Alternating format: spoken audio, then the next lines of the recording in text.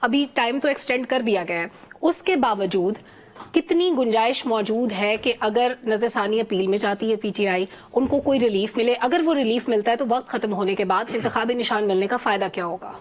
سلمہ، جو بنیادی غلطیاں کر دی گئی ہیں، اور میں نہیں کہہ رہا، اب میجورٹی آپ دیکھ لیں جو لاء کو سمجھنے والے لوگ ہیں، اور بہت سارے لوگ ایسے بھی ہیں کہ جو بڑا زبردست نرم گوشہ رکھتے ہیں پی ٹی آئی کے لیے، انہوں نے بھی بہت ساری باتوں سے اتفاق کیا ہے کہ جو سپریم کورٹ میں کل ہوا. اب دیکھیں، اس کو اب یہ کہہ دینا جو پی ٹی آئی کے وکلاء کہہ رہے ہیں کہ جی ٹیکنیکل بنیادوں کے اوپر یہ کر دیا گیا، اور بھئی بات یہ ہے کہ ٹیکنیکل بنیادوں کے ساتھ ساتھ لا پوائنٹ کو بھی دیکھا گیا. سیاسی بنیادوں پہ البتہ یہ فیصلہ نہیں آیا جو آپ چاہ رہے تھے.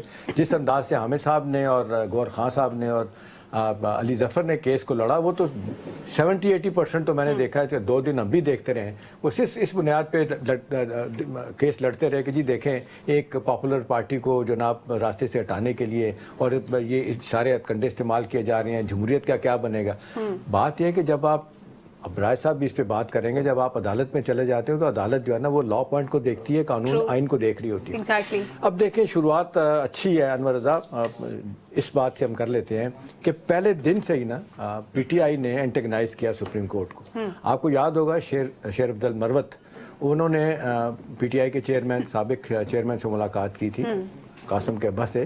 وہ ملاقات کر کے آئے تھے اور آ کے انہوں نے ایک بیان جاری کیا تھا سلمہ کہ جی میرا لیڈر یہ کہتا ہے کہ مجھے ساقی اپنے قاضی صاحب فائز پہ کوئی اعتماد نہیں ہے. لیکن پہلے دن جب آپ یہ بات کریں گے اس کا فوراً ریاکشن نہیں آیا. 2-3 دن کے بعد انہوں جب احساس ہوا کہ غلط گیم کھیل دی گئی ہے تو پھر آپ نے دیکھا کہ رؤف حسن صاحب نے بھی اور علی ظفر صاحب نے بھی کہا جی ایسی کوئی، گور خان صاحب نے بھی کہا کہ نہیں ایسی بات نہیں، وہ اعتماد کرتے ہیں، یہ کرتے ہیں، وہ یہ ساری باتیں کی. دوسرا سلمہ، جو ہر جگہ پہ بات ہو رہی ہے، جس پہ میں نے کل دیکھا رائے صاحب بڑے امبیرس پی ٹی آئی کے وکلاء کو، کہ جب ان سے بار بار سوال پوچھا جا رہا تھا کہ جی آپ نے ایک چیلنج کیا ہے الیکشن کمیشن کے فیصلے کو لاہور ہائی کورٹ میں، تو آپ پشاور ہائی کورٹ کیوں چلے گئے؟ ایک ہی ایشو کے اوپر لا یہ کہتا ہے کہ جی 2 عدالتوں پہ نہیں آپ جا سکتے. اس کے اوپر ان کا جواب نہیں تھا. کبھی انہوں نے کہا کہ جی وہ پارٹی کا بندہ تھا، کوئی ان نون آدمی تھا، پتہ نہیں تھا، یہ نہیں تھا، وہ کسی نے بائی نہیں کی ان کی بات کو. آگے چلتے ہیں. پھر نامینیشن پیپرز جب مانگے گئے اور ویب سائٹ پہ لگائے گئے، جب لوگوں نے آ کے مانگنا شروع کیا کہ جی ہم بھی انٹرا پارٹی الیکشن میں حصہ لینا چاہتے ہیں، تو بہت سارے جب لوگ آئے تو تھوڑی دیر بعد وہ کیا کہتے ہیں ویب سائٹ سے وہ نامینیشن پیپر ہٹا دیے گئے، اور اس کو جو ایڈورٹائز کرنا تھا وہ بھی انہوں نے نہیں کیا. یہ سوال بھی پوچھے گئے، کوئی اس کا جواب نہیں ہے. ٹھیک ہے جی. پھر یہ کہا گیا کہ جی آپ یہ بتائیں کہ اسد عمر صاحب سیکرٹری جنرل تھے پارٹی کے، وہ ان کو ہٹا دیا گیا اور آپ نے عمر ایوب کو لگایا، کوئی نوٹیفیکیشن، کوئی الیکشن نہیں، کچھ نہیں، یہ کیسے ہو گیا؟ پھر میرا خیال ہے اس پہ بھی رائے صاحب سے پوچھیں گے، جب آپ ماہر وکیل ہوں سلمہ، آپ جا کے کہیں کہ جی انٹرا پارٹی الیکشن کو تو کسی طرح سے الیکشن کمیشن چیلنج نہیں کر سکتا، دیکھ ہی نہیں سکتا. وہ ایک آئینی ادارہ، آپ کیسے کہہ سکتے نہیں دے سکتا؟ ٹھیک. اور اس کے بعد پھر آگے چلیں تو آپ کو پتہ چلے گا، میں نے 2-3 ایشو لکھے ہوئے تھے اپنے بھٹی کی طرح، اپنے دوست جو ہے شاد بھٹی کی طرح، کہ میں بھول نہ جاؤں کہ کچھ نکات ہیں یاد دے دیں. ٹھیک ہے نا.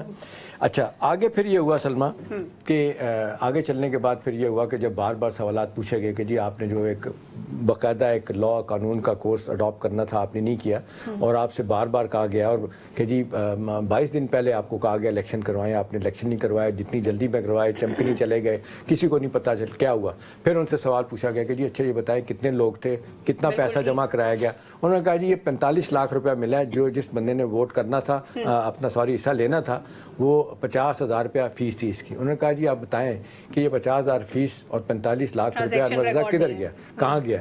وہ کہہ رہے جی ہم نے کیش جمع کرا دیے. انہوں نے کہا جی منی ٹریل، لوگوں سے تو منی ٹریل پوچھتے ہیں، اپنی منی ٹریل نہیں دینے کے لیے تیار. دیکھیں یہ وہ سوالات ہیں جن سے میرا خیال ہے چھٹکارا مشکل ہے. اب نیٹ شیل کی جو بات ہے نا، نیٹ شیل کی بات یہ ہے کہ ان کا plan a, plan be back fire ہو گیا. میں نہیں کرتا جو مروت صاحب کا جملہ ہے وہ کہا کرتے ہیں، لیکن بیک فائر ہوا. ٹھیک ہے جی. اس کے بعد سے ہو سکتا ہے پلان سی بھی ہو. اچھا، دوسری بات ہے اپنا رائے صاحب آپ جواب دیجیے گا کہ آج ڈان اخبار آپ دیکھیں اس کا ایڈیٹوریل ہے بڑا جاندار.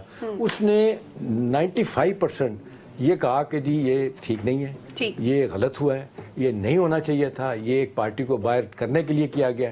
ڈاکٹر صاحب آخری 2 لائنیں انہوں نے کہی ہیں. اس نے کہا کہ کاش یہ پی ٹی آئی کے ججز اس کو افیکٹولی اور سکسیسفلی کانٹیسٹ کرتے سے، لائرز پی ٹی آئی کے لائر انہوں نے نہیں کیا. ٹھیک ہے نا.